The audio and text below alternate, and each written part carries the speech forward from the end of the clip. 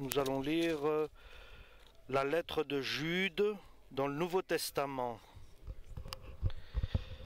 De la part de Jude, serviteur de Jésus-Christ et frère de Jacques, à ceux qui ont été appelés par Dieu, qui sont aimés par lui, le Père, et qui sont gardés par Jésus-Christ. Que le pardon, la paix et l'amour vous soient accordés avec abondance. Mes chers amis, j'avais un vif désir de vous écrire au sujet du salut qui nous est commun. Or, je me suis vu dans l'obligation de vous adresser cette lettre afin de vous encourager à combattre pour la foi que Dieu a donnée aux siens une fois pour toutes. En effet, certains hommes malfaisants se sont introduits discrètement parmi vous. Amen pour la parole du Seigneur. C'est le frère de Jacques, un apôtre de Jésus. Il envoie une lettre avant la destruction de Jérusalem. Une lettre qui est pour tous et pour décrire et révéler quelque chose qui apparaît dans l'Église, qui était dangereux, extrêmement dangereux, et il le confesse. Jusqu'à présent, dit-il, je me suis efforcé pour vous écrire, pour le salut commun que nous avons reçu par notre foi au nom de Jésus-Christ. Maintenant, je suis obligé de vous conseiller par cette lettre de vous efforcer à rester ferme dans la vérité, dans la foi. Oui, cette foi qui a été donnée une fois pour tous. Et c'est la foi n'a besoin de rien d'autre. Ce qui est important, chers frères et sœurs, à qui envoie-t-il cette lettre? Il envoie cette lettre à des personnes de l'Église, ceux qui sont appelés, invités par Dieu, et sachant qu'ils vont accepter Jésus, et ils attendent la transformation et ressembler, devenir identique à Jésus. Et Jésus, nous savons qu'il viendra nous justifier, nous chercher. Donc ceux qui ont été appelés, invités par Dieu et sanctifiés à la suite par Jésus-Christ, et qui ont reçu la renaissance de l'Esprit par l'Esprit Saint, et surtout ceux qui sont gardés par Jésus-Christ dans la foi. Par la grâce, nous avons été sauvés, appelés par Jésus-Christ dans l'Église. Nous sommes gardés parce que Jésus-Christ prie pour ceux qui sont dans l'Église. Et l'Église avait des caractéristiques. Et l'Église, nous voulons ressembler bien sûr à la première Église apostolique. C'était la colonne de la vérité. Et les apôtres, les fidèles restaient dans l'enseignement des apôtres.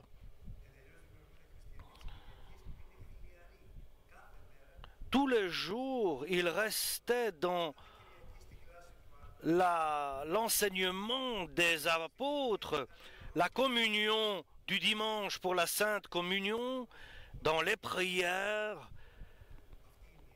Et ça, c'est l'Église de Jésus. Et là, Jésus rassemble les siens. Il les garde et il les maintient dans la foi pour le jour de son avènement. Et nous sommes sacrés de Dieu, nous sommes des frères et des sœurs, et nous avons une mission, c'est d'annoncer la bonne nouvelle du salut à venir. Alléluia. Et il s'adresse à eux, à cette église-là, avec beaucoup d'angoisse et d'effort. Il est obligé, par rapport à ce qu'il voit, il est obligé de leur écrire cette lettre. Mais il est très important d'être préparé pour savoir comment nous allons être confrontés à ce qui va arriver, donc l'enlèvement de l'Église. Et nous savons que l'esprit de l'Antichrist agit dans ce monde. Et dans l'Église vont commencer à apparaître des situations pareilles. C'est pour ça qu'il est nécessaire d'être informé et initié à tout cela. Et ici, nous devons faire attention à ce que dit la parole de Dieu. Elle nous suggère d'être prudents et de nous efforcer et d'arriver à l'union de la foi en nous initiant, en nous enseignant, parce que Dieu a donné des pasteurs, des enseignants, des évangélistes pour notre perfection, pour arriver à notre éducation. Et Dieu, par Jésus-Christ, il éduque même les apôtres, les fidèles, les disciples. Et ainsi, nous avons besoin de cet enseignement qui est pour tous. Et cela arrive dans l'Église. Et dans l'Église agit le Saint-Esprit. Il est en action dans chaque chair. Et il est écrit que les derniers jours, sur mes serviteurs et mes servantes, je verserai de mon Saint-Esprit en eux, et ils prophétiseront, et ils parleront en langue. Et un serviteur veut dire, c'est celui qui veut et qui cherche des commandements, des indications de Dieu. Il est dans la prière et il demande à Jésus ce qu'il doit faire. Que veux-tu que je fasse et qu'est-ce qu'il faut que j'arrête de faire? Parce que ainsi ma vie va dépendre que de toi. Alléluia. Et la vie personnelle, familiale et ecclésiastique dépendra de Jésus-Christ qui est pour chacun de nous notre Seigneur. Parce que les relations que nous avons des relations de collaboration. Nous sommes unis, alléluia. Et nous sommes un serviteur qui est soumis à Jésus-Christ qui est notre maître, notre guide, notre chemin. Alléluia. Et c'est pour cela, aux serviteurs et aux servants dans l'Église fonctionne clairement le Saint-Esprit. Et ceux qui sont dirigés par le Saint-Esprit sont des enfants de Dieu. Seulement, les enfants de Dieu sont guidés, dirigés par Dieu dans l'Église. Donc, il y a des personnes sanctifiées dans l'Église de Jésus qui sont enseignées par la parole de Dieu. Il y a des personnes qui sont vraiment des enfants de Dieu, qui sont dirigés par le Saint-Esprit.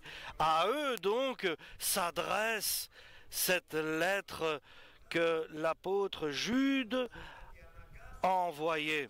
Et je suis obligé de vous écrire, dit-il, et de vous suggérer, de vous conseiller pour votre foi à l'Évangile, par laquelle a été donnée une foi, cette foi. Alléluia. Et pourquoi suis-je obligé de vous écrire? Parce que parmi vous sont rentrés, sont passés sans prendre, vous n'êtes pas pris conscience, sont passés des personnes pour être condamnées. Et ces personnes transforment ou déforment l'enseignement que vous avez déjà reçu.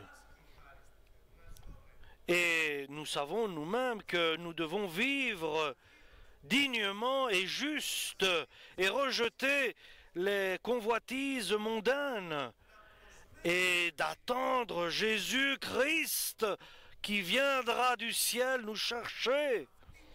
Et ceux qui ont cela en eux, et parmi eux il y en a qui sont des personnes qui sont étrangères à l'Église et qui enseignent autre chose et qui déforment la vérité. Et par cette vérité, nous sommes tenus jusqu'à la fin. Par la foi en Jésus, il transforme, il déforme. Et ils disent que la liberté que nous avons comme chrétiens, ils veulent nous soumettre à leur enseignement pour subvenir à leur volonté. Et ils transforment la grâce de Dieu. Ils restent dans l'Église. Dieu permet pour que ceux qui soient justes soient révélés. Et il essaye de faire des personnes qui sont à leur cause, et il s'efforce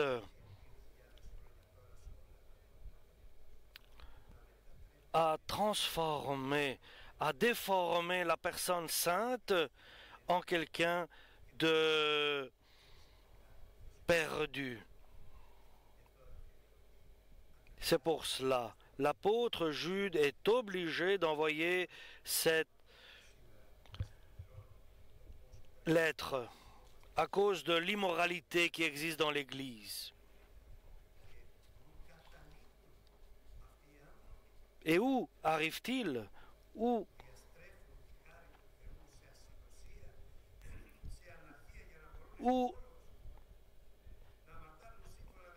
arrive-t-il?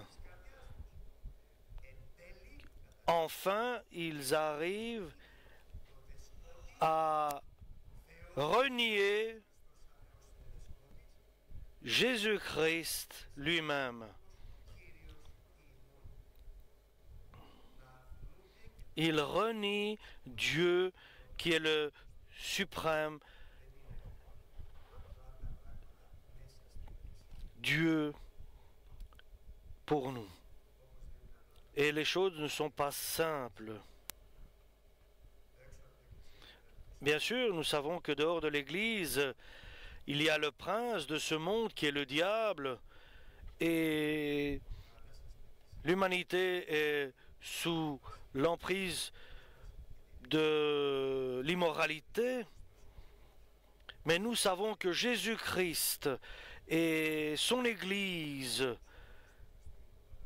Et il y a la force du Saint-Esprit qui nous tient unis à Jésus. Que Dieu nous garde.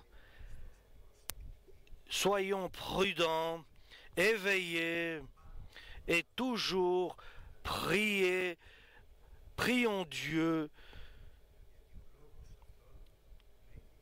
parce que la parole de Dieu dit, nous allons être dévorés comme la gangrène. C'est pour cela l'apôtre Jude nous dit, je vous conseille de rester dans l'Évangile comme vous l'avez reçu et pas changer les choses. Ne l'améliorez pas à votre avis, suivant vos mesures et votre maître à vous. Mais restez ferme, sans vous déplacer, et ni vous égarer à gauche, à droite, mais avancez sur le chemin que vous avez été appelés à suivre. Amen. Pour la